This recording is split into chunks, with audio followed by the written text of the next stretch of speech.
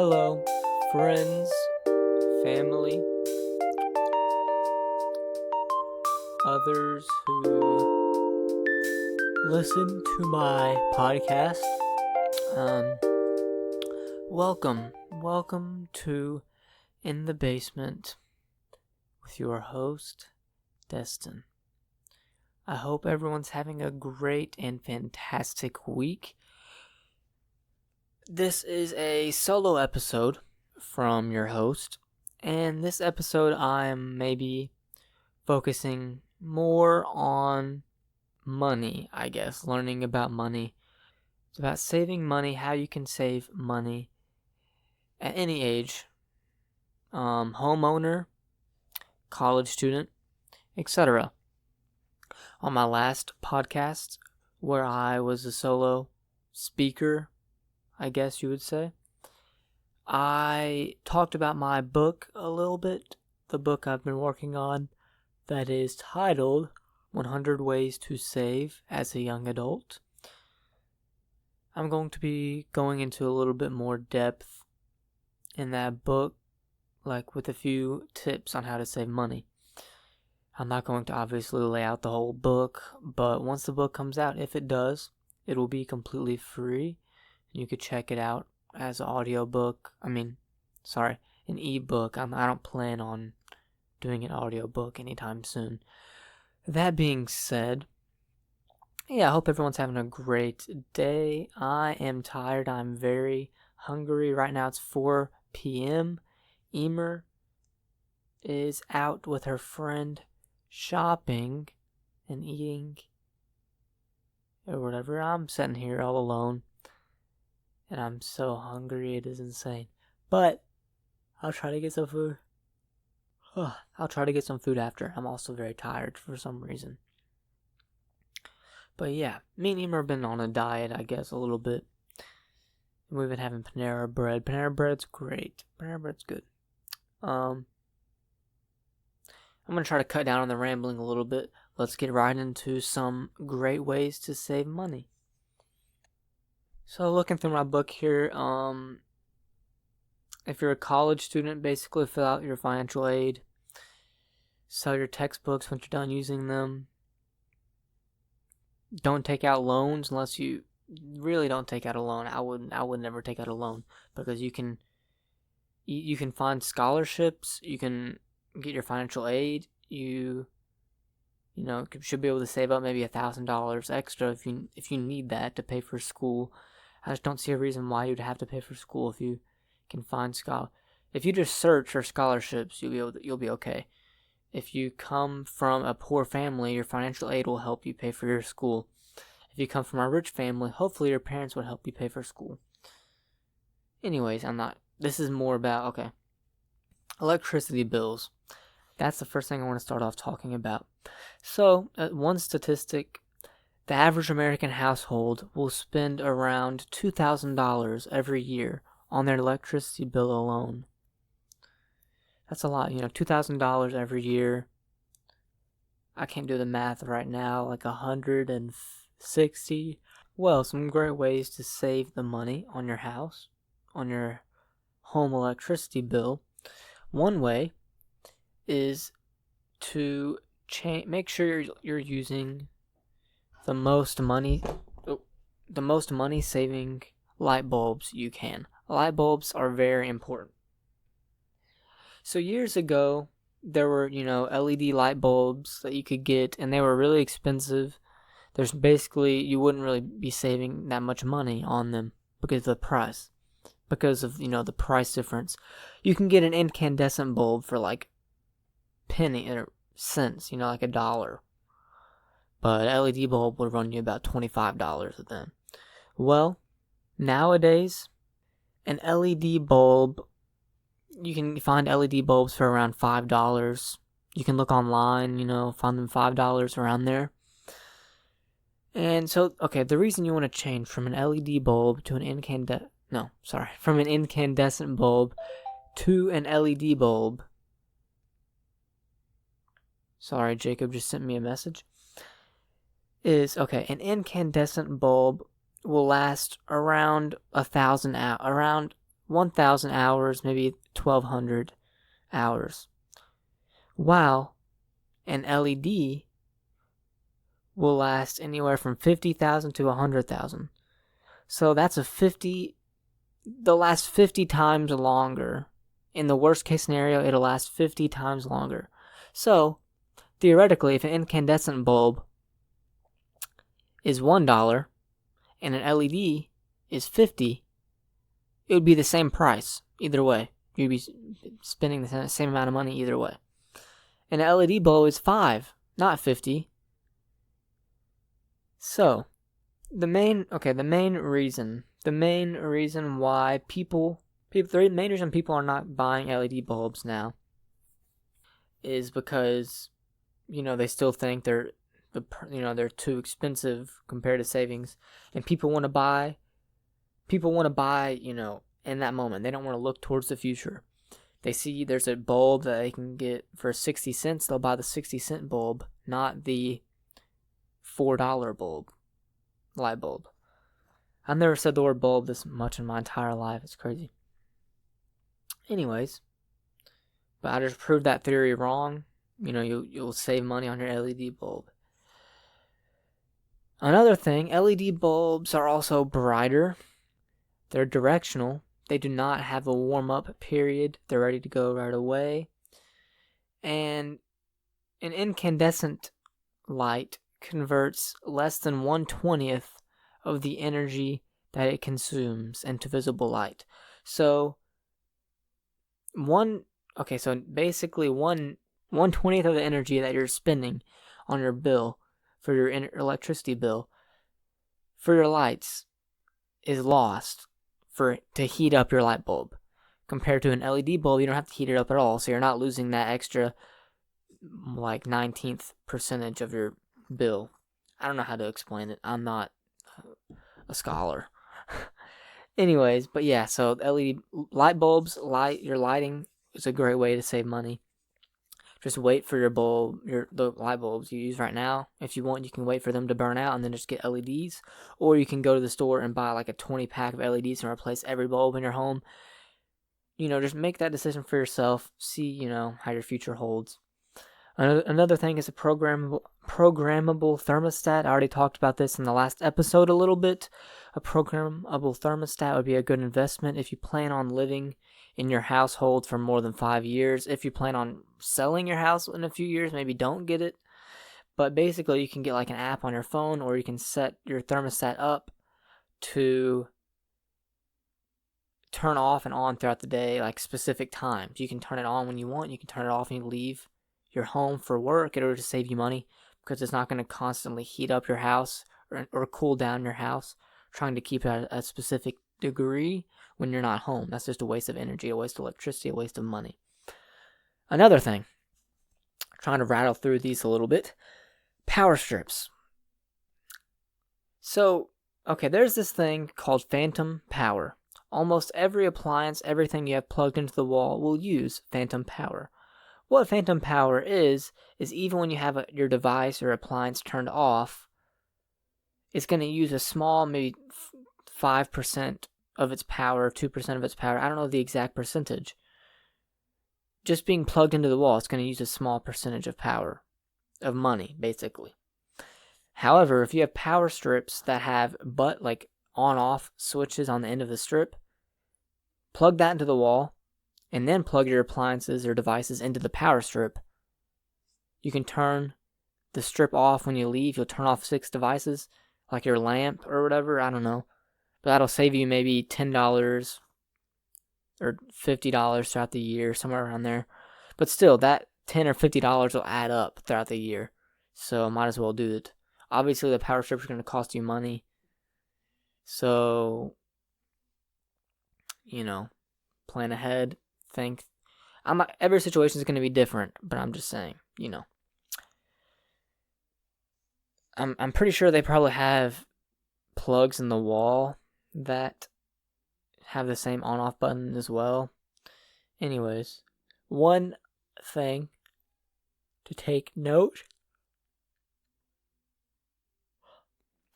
I recently learned that, so I used to say having your phone plugged into the wall, waste energy. Or like your like charger when you're not charging your phone, but you leave your charger in the wall. I was researching on it. I think I heard, don't quote me on this, but I think I heard that it actually, when the technology is more advanced, I would say, and it doesn't actually use phantom power. I think. Could be wrong, but I'm pretty sure that's what I read. Don't quote me on it. Anyways, the next thing, and a huge one at that for your electricity bill, is your refrigerator.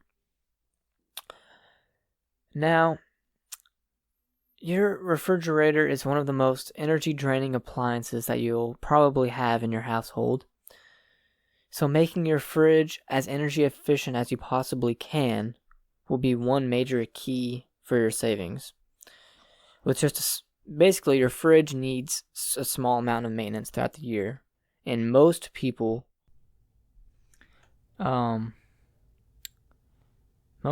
don't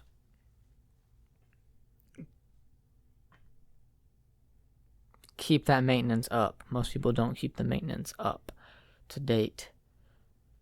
So basically, your fridge generates heat from the bottom, and there are coils that are at the bottom of your fridge. The spot might be somewhat different for each fridge, but basically they're all going to be near the bottom of the fridge. There's going to be these coils, okay? And these coils need to be cleaned and dusted off at least twice a year. That's the maintenance that I was talking about. When you clean these coils off, you're basically allowing your fridge to stay as energy efficient as possible, because it can heat up and disperse the heat throughout the fridge easily and evenly when the coils are clean. But when they're dirty, it'll obviously it'll cause problems. So without cleaning your fridge regularly, you're basically making your fridge work harder and use more energy than it needs to keep your stuff cold on the inside. Another thing is phones. Buying the new phone. Now, first things first, for flagship phones, these being like your iPhone, your Samsung. So you don't need the newest phone model. I understand you want the newest phone model, it looks nice, but usually like $1,000 for a phone, it's too high. Especially you don't need to get a new phone every year. Maybe once every 4 years, 3 years would be good. I would suggest, if you want to get an iPhone, or you want to stick to the Apple brand or the Samsung brand, maybe get a year's behind model. That'll save you a couple $100, maybe even 2 years. But what I say, the best way to get the most bang for your buck is to get a flagship killer phone. These phones are usually around the $500 range, and they have the newest technology, this exact same technology, if not better, than the $1,000 flagship phones you're used to seeing. Some example brands of this are being OnePlus, the brand OnePlus, the brand Honor, the brand Motorola. The newer Motorola's, not like the ones that came out 2 years ago. Those ones are pretty duty. But basically, the reason these phones, these flagship killers, can have the same exact specs but be cheaper is because they don't pay any money in marketing at all. iPhone, you hear iPhone every day of your life. OnePlus, do you hear that brand do you see it on TV? No. Do you see it on Instagram? Not really. Maybe a little bit starting now, since their newest OnePlus 7 Pro came out, but not that much. Basically, whenever a brand pays for advertisement, their product has to go up in price to cover the the cost of that the $1 million they spend in advertising their product. Well, I personally use OnePlus. I have the OnePlus 5T. It has about the same specs as the iPhone 8 Plus or iPhone 10. The only thing is, okay, so I only have one thing I don't like about my phone, my OnePlus 5T, and that is in group chats. For some reason, my phone doesn't understand group chat, how it works. So whenever I reply in a group chat, it sends a single message to every person. Other than that, it's great. The camera is pretty good. So the reason why iPhone cameras make people look quote-unquote better is because it doesn't take the raw image. It processes the image and it takes out some imperfections and makes the image look good already. I'm not saying that's a bad thing, but there's apps or there's ways to do that with the OnePlus and other brands as well to make you look good or whatever, beautiful. But I love my phone. My phone has like 300 gigabytes. Let me check. I can actually check right now. I want to say about 300 gigabytes of storage. 260. So I have like 260 gigs of storage, which is great. I can have 2 SIM cards and yada yada. So I have like 8 gigabytes of RAM, which I guess you're not really going to be playing games like that on your phone, but it's really good for processing, uploading, downloading, stuff like that. It's a better option than the iPhone in some cases. And it's literally half the price, $500 or $1,000. But yeah. Another thing, your phone companies, you don't need AT&T or Verizon. I mean, every area is different, but I personally use Cricket Wireless, not a sponsor, but I love Cricket Wireless. I have unlimited data. I'm on a family plan, and we pay $25 a month per person on our family plan, and we have unlimited 4G data with never a drop in service, unless maybe you're at a place with thousands of people all on their phone at the exact same time. But other than that, I don't have any problems at all. Funny story, actually. My friend who used to work with me, he had Verizon and I had Cricket. We were right next to a Verizon tower, and when we would go inside the building of our workplace, he wouldn't get signal, but I would get 4G perfect bars, even though he had Verizon. He paid double what I pay, actually triple what I paid for unlimited data, and I paid a third of what he paid. I got better service. His speeds would be like 1 megabyte. I was getting like 30 megabytes. So, yeah. I would just say research and don't worry about these second-party companies or whatever. Some of them might be sketchy, but my personal experience is that Cricket is a really good source for my area, at least. Might be different for different areas. You never know. But I would just say check into that. You can maybe save almost $100 a month. Also, I think there's Mint Mobile. I don't know if you know about Mint Mobile, but Mint Mobile basically is like a cheaper alternative. It's only like $10 a month or something like that, and you get like 4 gigs. I don't know. I like unlimited data, so I stick with Cricket, but that's just me. But moving on, one great way. Okay, so monthly subscriptions. Most people are paying a lot of money in monthly subscriptions. All right, you don't need to be. One thing that costs a lot is cable TV. So your monthly expenses go like this. Maybe you have Netflix, you have Hulu, you have the gym, Spotify, Amazon, cable TV, stuff. What else is there? Apple Music, stuff like that. Pornhub. Just kidding. Don't pay for that. But cable TV, the average cable bill costs around $86 a month. If you were to have Netflix and Hulu, you'd have a combined cost of about $17 a month. Netflix, you have no commercials. Hulu, you have tons of TV shows. You can watch what you want when you want. You don't have to worry about times. If you want sports, there's Hulu Sports. So you can't make that as an excuse. They have pay-per-view stuff. They have sports. They have news from your phone. There's no reason to be paying for cable in 2019 unless you just don't care about switching. It's really so much better. I don't understand why you wouldn't switch. I don't understand why you'd pay for cable. I don't understand. But I digress. Anyways. So,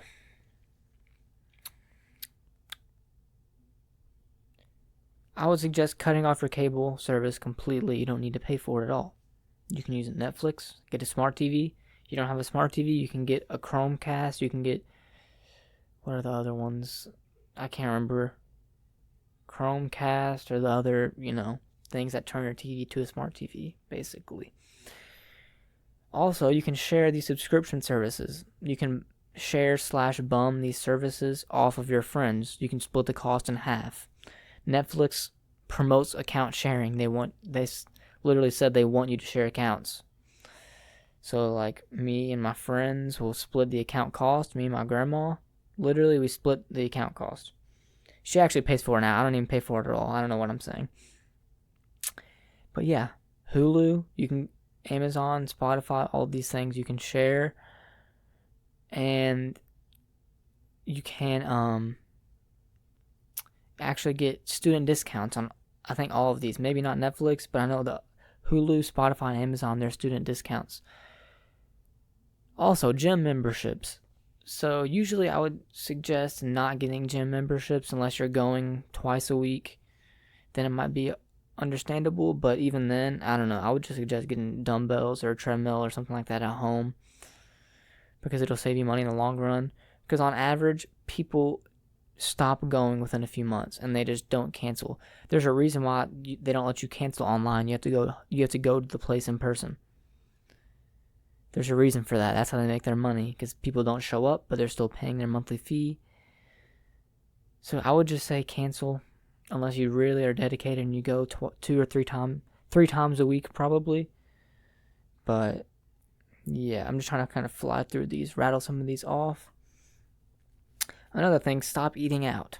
Just stop eating out completely. Maybe go out fast food once a week. If you go out and eat fast food every day, you're spending over $100 a week eating food for one meal. That's ridiculous. You could last a month in eating at home like that for one meal. Nothing much more to say about that. Check out my book if you want more details on it. Learn to cook from home is really easy. It's a really good skill to learn. It's actually enjoyable. It could be a pastime you and your significant other could do. You could both learn how to cook. It could be great. Sorry I'm flying through this. I'm just so hungry. I'm just starving, dude. But drinking water also. Water is basically free, right? Soda costs money. Powerade costs money. All this other stuff costs money. They're worse for you. Water is the best thing to drink. The best drink to have for your body. So just drink water. I don't drink soda. I don't go out of my way to get soda. I'll always get water. I always drink water. I used to drink only Powerade, and that's actually really bad for you. Drinking only Powerade is worse than only Cokes because of all the salt and everything or something. Sodium and everything. Well, I went from only Powerades to only water, and it's really a good way to save money. But yeah, if you think about it like this, if you were to go out to eat, and every time you go out to eat, you get a soda, which is what, $1 or $2? We'll just say $1. You get that every time you eat. Let's say you eat 100 times that year. Like, eat out. That's 1 in every 3 days. That's a lot. You shouldn't be doing that anyways. But let's just say, for example's sake, you are. That's $100, obviously.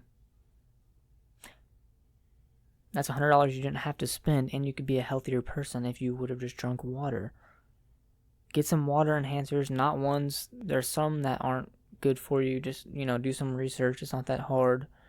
You can find anything out that you want to find out on the internet within 5 minutes. It's not that difficult now. Cheaper grocery stores. Moving on. Aldi, a great place to shop. Whenever an Aldi moves into an area, all the other grocery stores drop in price. The reason they drop in price is because Aldi's prices are so cheap from what you get, they still have to be able to compete. I learned that from the How to Money podcast. Shout out Matt and Joel. They're a really big inspiration for me. Before you buy stuff, just check with coupons. You don't have to go all crazy coupon lady on it. Maybe check for a coupon. Look at your benefits on your credit card or your debit card that you get your rewards, quote unquote rewards or whatever. Sometimes reward programs aren't a bad thing. This isn't in my book, but I'm just thought about this. I'm going to actually add this in. So you don't want to get spam mail, right? That's why you don't sign up for these reward programs. You don't want them taking your information. I created a spam account. Literally, it says spam in the name at gmail.com or whatever. I use that account to sign up places. So that way I have these reward programs with these places. Now, yes, you have to you can put your phone number in. You can also opt out not to do your phone number in some cases. But yeah, because for example, I go to Panera Bread. I get $2 off a breakfast meal every time I go, basically. That's $2 I'm saving if I was to go get breakfast anyways. Now, don't use this as an excuse to go out to eat all the time, because obviously, if you're making the trip to go out, then you're not saving the $2. You're spending the $8 compared to the $10, but you're still spending $8, obviously. So don't look at it in that way, but still see if you're already going there, might as well save the $2, right? Another thing, generic brands. I like generic brands. Generic brands are good. Kroger's generic brand of Doritos nacho cheese, to me, tastes better than the actual Doritos themselves. But anyways, I don't have much to say about this. You can try them. If you don't like them, just stick to the whole brand. But I used to work in a grocery store, and one reason why the generic brands are cheaper than the other brands is because that store's brand doesn't pay for the shelf space that these other brands have to pay for. Like Doritos wants to be eye level, so they'll pay I don't know the exact number. They'll pay an extra amount of money to be in the middle of the aisle, not at the top, not at the bottom. So they're eye level, because that's where the most purchases are made. Generic brands just fill in the spots that people don't pay for, so they don't have to pay because it's their own company. So they can make a good product for cheaper. That's basically how it works, if people didn't know. Moving on. Housing expenses.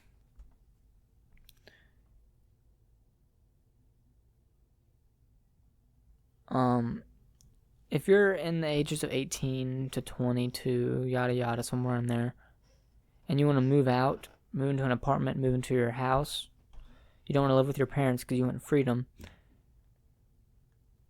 understand that this is the most expensive decision you'll probably ever make in your entire life.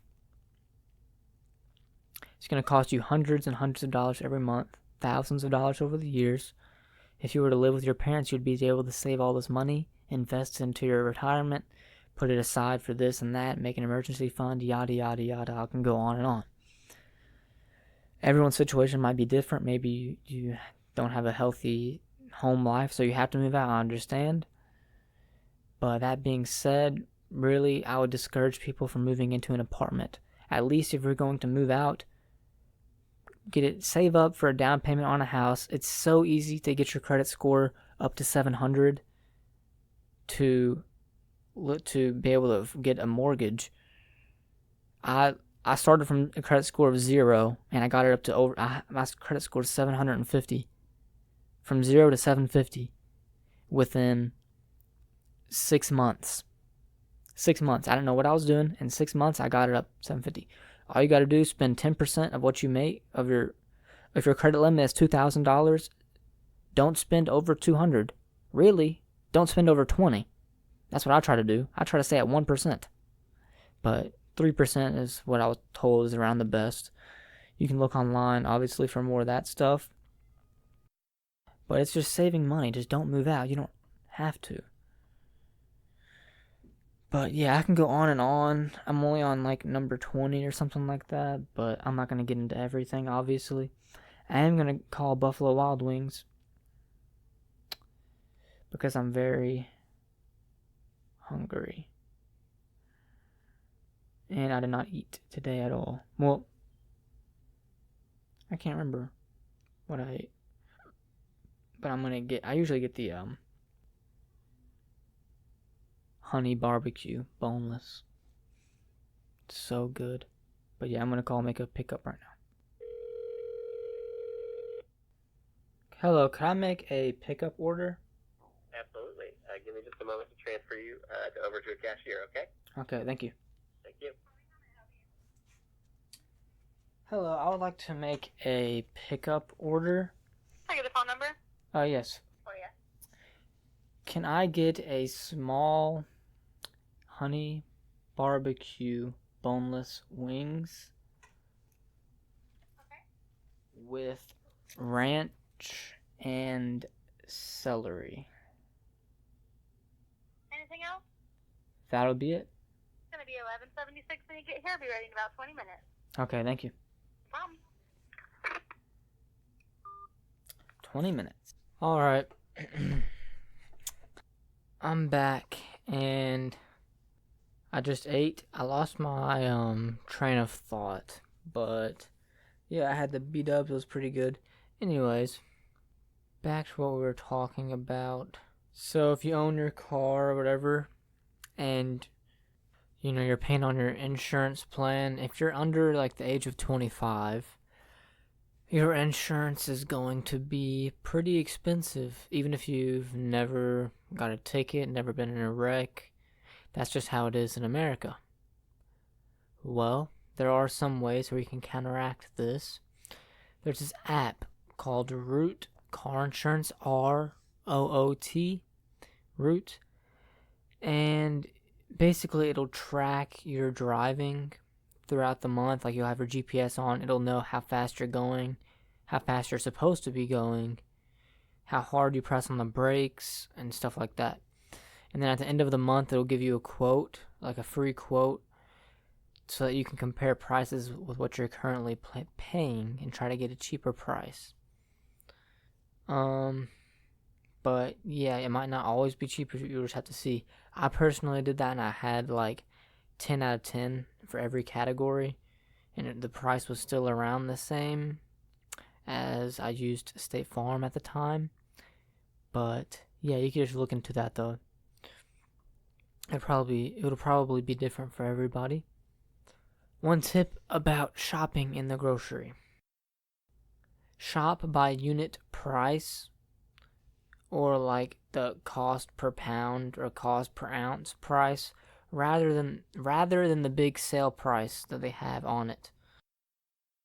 Doing this will allow you to get the most value out of your dollar, because again, like maybe certain cereal boxes might have more cereal in them than others, and if you just check by the unit or per ounce price, that's the best way to determine which is the cheapest.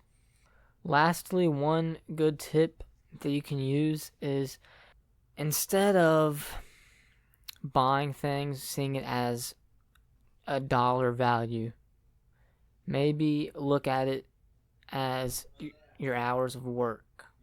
So, what I would do for this, basically, an example given, let's say there's this guy, his name's Martin.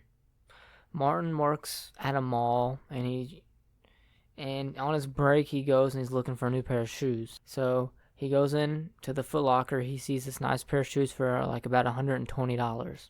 He makes about $10 an hour as a cashier, right? So instead of seeing it as $120, he sees the shoes as 12 hours of work. So probably about 2 days of work for him. So, are the shoes really worth 12 long hours at your job, or 2 days at your job, however much you work a day? So, he would ultimately usually not get the shoe. And I know it might feel bad limiting yourself like this, but I mean, saving money for the future, that's exactly what it is, limiting yourself on stuff you don't need to spend. Obviously, you can buy certain things, splurge a little bit, but in the long run, doing stuff like this could really help you. But yeah, so we talked about many different things and this and that and yada yada. I had my food I don't even remember what the start of this podcast was even like. It's been so long from when I started because of the whole pause. I had to drive to the store and everything. But yeah. If you enjoyed, please check out the podcast on Instagram. You can check us out on Twitter. You can check us out on YouTube, on Spotify, on Apple Music, basically anywhere. Make sure, refer a friend. That would be great. But anyways, thank you all for watching. Hope you have a great rest of the day, a great rest of the week. And I'll see you later.